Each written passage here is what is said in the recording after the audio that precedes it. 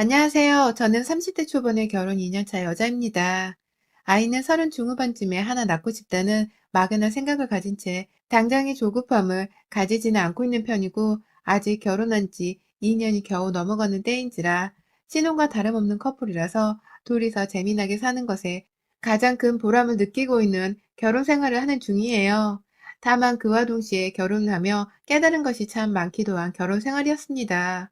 결혼 전에 몰랐던 사람 간의 관계와 이해 정도가 참 다양했었고, 그로 인해 마음고생도 많이 하며 나름대로 새내기 며느리로서 깨달은 것도 참 많았었어요.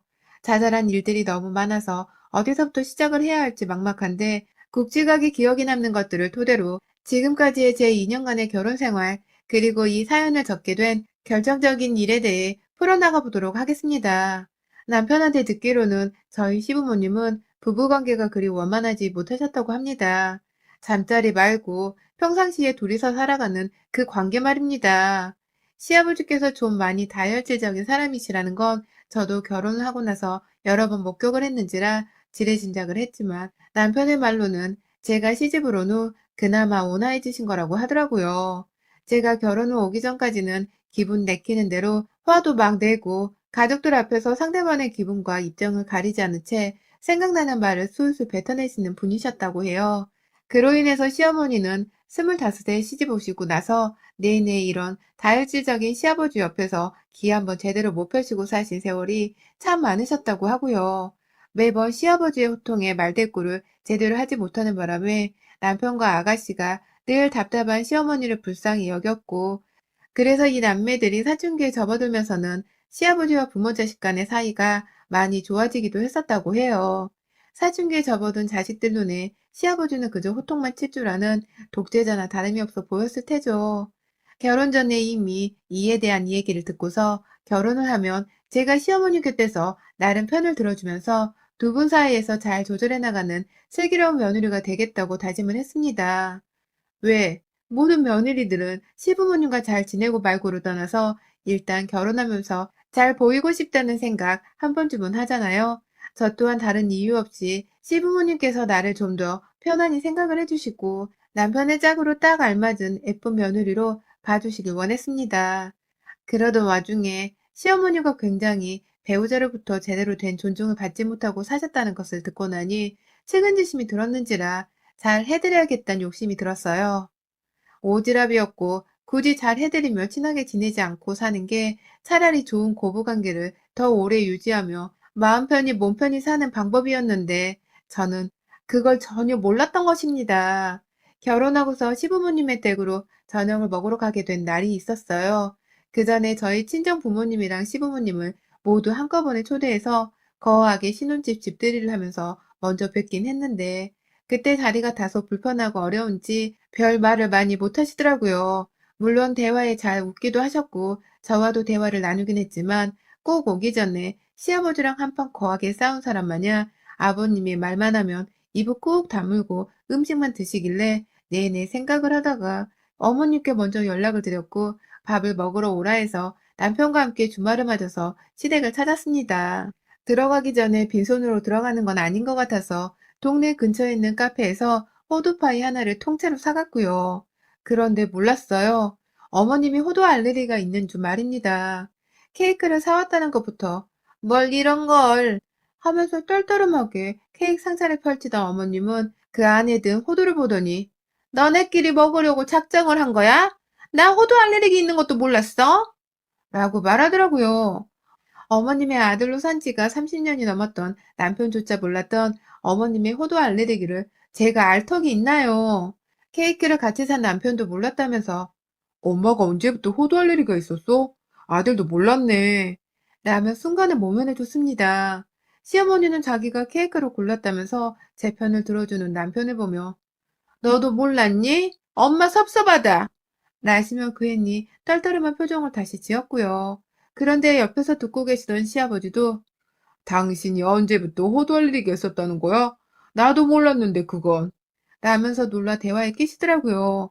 그러니까 이 집안에서는 시어머니가 호두 알레르기가 있으시다는 걸 아는 사람이 한 명도 없더라고요. 순간 제가 눈치가 좀 빠른 편인데 이게 설마 시어머니의 거짓말인가 싶더라고요. 그냥 며느리가 들고 온 케이크가 마음에 안 들어서 본능적으로 튀어나온 시어머니의 거짓말이었습니다. 아니나 다를까 조금 늦게 저희 부부보다 집에 도착한 아가씨께 아버님이 눈치 없이 또 니네 엄마 호두 알레르기 있는 거 너 알고 있었냐? 라면서 물어보셨고 아가씨마저도 우리 엄마가 호두 알레르기가 있었다고? 전혀. 우리 어릴 때 보름 되면 호두 많이 먹었잖아.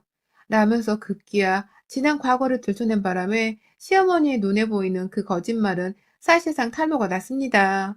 뭐 저까지 다 민망해진 바람에 제가 별 대수롭지 않은 일이라는 듯이 대화의 주제를 금방 바꾸면서 이 일은 흐지부지가 되었는데요. 그때가 결혼하고 겨우 한 달 넘어가는 시점이었는데 시어머니의 이런 구질구질한 모습을 접해보고선 솔직히 마음속으로 실망을 넘어 좀 경계해야 할 대상이지 않나 싶었습니다. 그날 밥 먹는 내내 저한테 민망하셨는지 눈도 제대로 맞추질 않고 보란 듯이 자기 아들만 챙긴다면서 저를 없는 사람 취급하며 아들 밥그릇에 반찬을 올려놓으며 우리 아들 많이 먹어라. 잘 못 먹고 살 텐데. 라고 말하시는 시어머니의 말에 저는 재차 시어머니를 향해 실망한 마음을 숨길 수가 없었어요. 그래서 결혼 한 달이 겨우 넘어가던 그 시점에서부터 시어머니께는 앞으로 덜 관심을 가지고 덜 연락을 해야겠다고 마음을 먹었죠. 문제는 그게 저 혼자만 마음을 먹었기에 쉽지 않았던 것이었습니다. 사실 남편은 저에게 참 다정한 만큼 시어머니께도 다정한 아들이었어요. 아무래도 남편은 시어머니가 아버님으로부터 혼이 나는 걸 좀 많이 보고 살았다 보니 자기 엄마에 대한 연민이 좀 더 있었던 것 같아요. 그래서 저의 속마음은 잘 모른 채 시댁 어른들을 데리고서 주말에 가끔 다 같이 나들이를 가려고 한 적이 많았습니다. 물론 그만큼 저희 친정 부모님께서도 신경을 써주고 맛있는 저녁도 사주면서 아부를 잘 떨었는지라 제가 딱히 시댁만 잘 챙긴다고 섭섭해할 일은 없었는데요. 문제는 가끔 만나는 시어머니더라도 만날 때마다 제가 전보다 배로 불편함을 느끼게 되었다는 거예요. 그 일례로 카페를 다 같이 간 적이 있었는데 주문을 하고서 자리에 앉아 기다리다 진동벨이 울려서 일어나 커피를 가지러 가려는 남편을 붙잡더니 우리 며느리랑 같이 다녀올까? 라면서 저를 데리고 카운터로 커피를 받으러 가시대요. 뭐 거기까지는 별 문제가 없었습니다.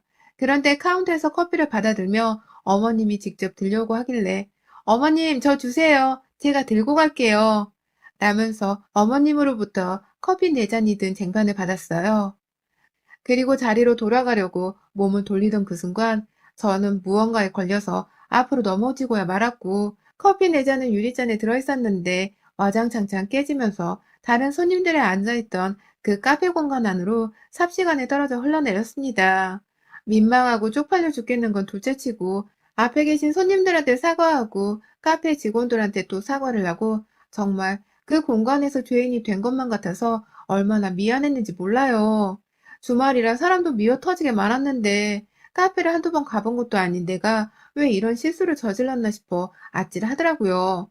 그러다 문득 내가 뭐에 걸린 게 분명하다면서 카운터 주변의 바닥을 샅샅이 살펴봤는데 문턱이라고 할 것은 아무것도 없었고 옆에서 시어머니는 넘어졌다가 일어서는 저를 도와줄 생각도 하지 않은 채 뒤에 서서는 어머머 제가 왜 저래? 왜 이렇게 조심성이 없어? 라며 카페 직원들한테 제 흉을 같이 보고 있는 것을 발견하고 나서야 저는 알아차렸습니다. 시어머니가 저한테 일부러 바르건 바람에 제가 넘어져 이 사달을 낸 거라고 말이죠. 그 뒤 남편이 바로 달려가서는 저를 도와주고 저 대신 카페 직원분께 사과하고 뒷정리를 하느라 정신이 없었어요. 자리로 돌아간 저한테 다가와서는 괜찮다면서 막 마음을 쓸어내려주는데 제가 그 순간 시어머니를 쳐다봤거든요.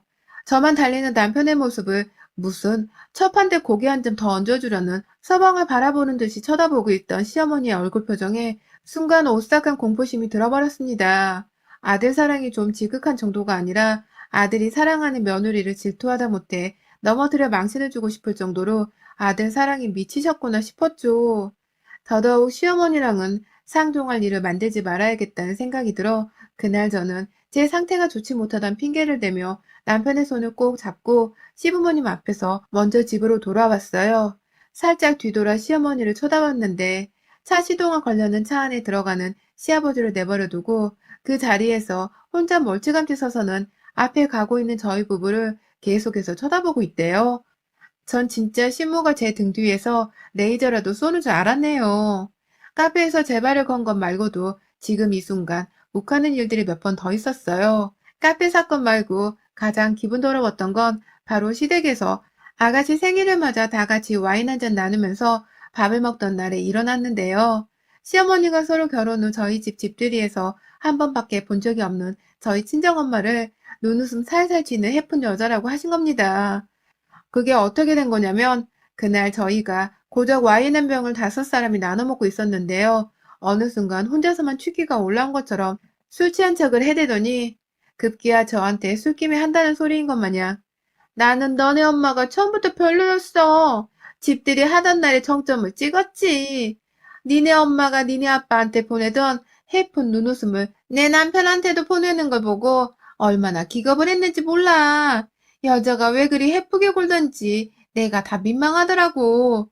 교양 없는 사람이랑은 말을 안 섞으니까 나도 그날은 입국 다물고 있었지. 라면서 전혀 전 눈치채지도 못했고 사실인지 아닌지 확인도 안 된 말을 꺼내면서 이걸 아주 사실이란 듯이 가족들 앞에서 고백을 하는데 속에서 천불이 나더라고요. 어머님, 저희 엄마 보고 지금 해프다고 하신 건가요? 저희 아버지랑 결혼 생활 30년 넘게 싸움 한 번 안 하고 사랑하며 사신 두 분인데 좀 애정 있는 눈빛 보내고 하면 어떤가요? 부부인데요. 부부는 원래 그렇게 서로 사랑하는 눈빛을 주고받으며 사는 건데요. 이걸 가지고 지금 해프다고 하시는 건가요? 라면서 제 딴에는 시아버지랑 사이도 안 좋고 사랑받는 눈빛 한번 제대로 받아본 적이 없었을 시어머니께 엿이라도 먹어보라며 보란듯이 저희 부모님의 사이 좋은 부부애부터 시작해서 뭔 눈빛을 받길래 해보다는 표현을 쓰는 거냐며 아주 그냥 참다 터뜨리듯이 질문을 던졌습니다. 그 바람에 시어머니도 술 취한 척을 하다가 열불나서 술이 확 갑자기 깨기라도 한 건지 너 지금 뭐라 그랬냐? 내가 지금 거짓말이라도 한다는 거야? 라며 아까까지는 혀가 다 꼬여서는 말을 하더니 갑자기 또박또박 발음 처리를 하며 제게 쏘아대는데 그저 못난 시모양 모습에 웃음이 다 나오더라고요. 남편도 자기 엄마가 이렇게 말을 하리라곤 상상을 못했는지 그만 가자면서 싸우다 말고 저를 챙겨서는 집에서 나왔고요. 그날 시모는 자기 엄마를 안 챙기고 그 사이에 마누라한테 구슬려 자기 마누라부터 챙기려 한다며 집에 가 있는 동안에도 저희 남편한테 엄마 섭섭하다는 식의 장문의 카톡을 보내고 전화를 했다, 문자를 했다. 아주 꼴값에 꼴값을 떨었습니다. 저는 남편하고 아가씨한테 생일 자리를 망쳐서 미안하다며 사과라도 했는데 시어머니는 그날부로 일주일가량을 내내 남편한테 섭섭하다는 자기 사정만 털어놓으며 아주 피를 말렸어요. 심지어 그 일주일이 지나 이 일을 잊기로 하면서 꺼낸 말이 네 마누라만 챙기고 네 마누라 상처받을 것만 생각하다가 네 엄마 골마 터져 죽는 꼴을 보고 말 거다. 그때 되어 후회하고 슬퍼하지 마라. 라는 최후의 문자를 남기며 제 남편에게 쓸모없는 죄책감까지 가지게 만드셨고요. 결국 그날을 계기로 남편은 진짜 안 되겠다. 나를 무슨 남편 보는 것 마냥 대하는 엄마 때문에 이러다가 당신이랑도 내가 언젠가는 큰 소리 내며 싸울지도 모르겠어. 이쯤에서 살짝 거리를 두고 사는 게 낫겠소. 라며 저를 따라서 시어머니와의 거리를 두기로 결심을 했네요. 그렇게 저는 시댁과 어쩌다 친목을 위해 만나던 사이에서 명절에 제사만 후딱 지내고 헤어지는 사이가 되어버렸습니다. 하지만 일이란 건 언제나 일방적으로 해결할 수는 없는 거잖아요. 더욱이 결혼이라는 관계로 묶인 시댁과의 관계는 더더욱 쌍방향에서 합의를 보며 이 일을 해결해 나가야 하는 거잖아요. 저희도 마찬가지였습니다. 일방적으로 얼굴을 안 보고 살려고 하니 어느 순간부터 시아버지께 보고 싶다고 막 연락이 오고 아가씨는 아가씨대로 옛날처럼 우리가 잘 지냈으면 좋겠는데 요즘 너무 서로에 대해 소홀히 하며 지내는 게 아니냐고 안부 연락차 그리고 부탁차 전화가 오더라고요. 다 같이 밥이라도 좀 먹으며 친목도모를 하면 안 되냐고 말이죠. 한창 코로나로 서로 얼굴도 못 보고 지내고 그 당시 추석 명절도 그냥 지나쳐 버린 때였는데 아무래도 시댁에서는 시간이 흘러갈수록 며느리인 저 그리고 집안의 장남인 남편과 완전히 멀어지는 게 아닌가 싶었나 봐요. 그런 아가씨와 시아버지의 연락을 받다 보니 저도 며느리이고 한 집안의 딸로서 이해가 영 안 가는 것도 아니었고요. 그래서 지난 연말에 한 번 시부모님의 집으로 초대가 되어 다소 어색하긴 했지만 밥을 먹으며 아무 문제 없이 만났다 헤어졌고요. 올 초 설날엔 코로나로 다시 만나지를 못했으나 지난 4월 말 시아버지의 주도하에 저희가 다 같이 고깃집에서 모인 적이 있었어요. 숯불에다가 고기를 구워 먹는 집이었는데 조금 오픈이 되어 있는 식당이긴 했지만 이른 오후에 찾아서 그런지 사람은 그리 많아 보이지 않았습니다. 그런데 제가 그만 까마득히 잊은 게 있더라고요. 지난 결혼 초 카페로 야외 나들이를 가서는 사람들 앞에서 커피를 쏘는 아주 개망신을 당했었던 그 순간을 말입니다. 그간 코로나로 정신없이 변한 삶과 세상 소식을 듣고 적응하며 사느라고 결혼 초 일을 잠시 잊었더라고요. 그 바람에 식당을 들어가서도 설마 우리 시어머니가 또다시 제 발을 걸고 넘어뜨기라도 할까 싶었습니다. 식당으로 들어가 주문을 하고자 테이블 위에 놓여졌던 벨을 누르는 그 순간 지난 카페에서의 기억이 뒤늦게 되살아나면서 혹 여기에 있는 샐러드 바에 가서 채소를 담아오다가 또 넘어져 버리는 게 아닐까 싶었어요. 불안불안한 마음에 사람들이 없는 것을 위안 삼으며 일하나 뭘 챙겨올 게 있으면 앞에 있는 시부모님 눈치가 보이더라도 남편을 무조건 시켰습니다. 물도 일부러 마시지 않는다며 제 앞자리에서 물컵과 물통을 치웠고요. 그런데 하나 놓친 게 있더라고요. 감히 생각도 못했던 테이블 한가운데의 숯을 말입니다. 날이 다소 서늘해서 그날 입었던 바지는 얇은 면바지였어요. 자리에 앉아서 고기불판과 고기가 얼른 나오기를 바라던 중 숯불이 도착을 했고 직원분이 테이블 가운데에 놓아주는 그 순간 남편이 나중에 고기를 뒤집으려고 집게를 자기 쪽으로 옮겨오려고 했는데 시어머니가 집게를 낚아챘습니다. 그러더니 급기야 숯이 들어가 있던 가운데 숯통을 집게로 뒤지다가 결국 하나를 집어선 이거 참 시뻘겋다 라고 말씀하시다가 너도 봐라. 나는 말과 함께 제자리로 제가 앉아있던 제 자리의 다리 사이로 그 숯을 보여주려는 식으로 집게를 공중에 들었다 그대로 놓아버렸습니다. 순간 어머! 하며 제가 놀라 외마디를 던졌는데 몸이 너무 늦게 반응을 했어요. 집게에서 떨어진 숯이 책상에 떨어져선 미끄러지며 이내 제 허벅지 위로 떨어져 버렸고 그 순간 저는 엄마야! 하는 고통스러운 비명을 지른 채로 자리에서 벌떡 일어섰습니다. 남편도 그 상황을 쭉 지켜보고 있었는지라 저와 동시에 놀라 소리를 지르며 급하게 일어나 자리에서 도망을 치는 저를 따라 나와선 제 허벅지 상태를 살폈고요. 결국 저는 그 길로 남편이랑 택시 타고 숯이 떨궈진 그 부분에 일도 화성을 입고 말았어요. 그 짧은 시간이었지만 물집이 잡혀버릴 만큼 뜨거운 숯에 허벅지가 단단히 데였고 결국 의사말로는 흉터가 남을 화상이라 하더군요.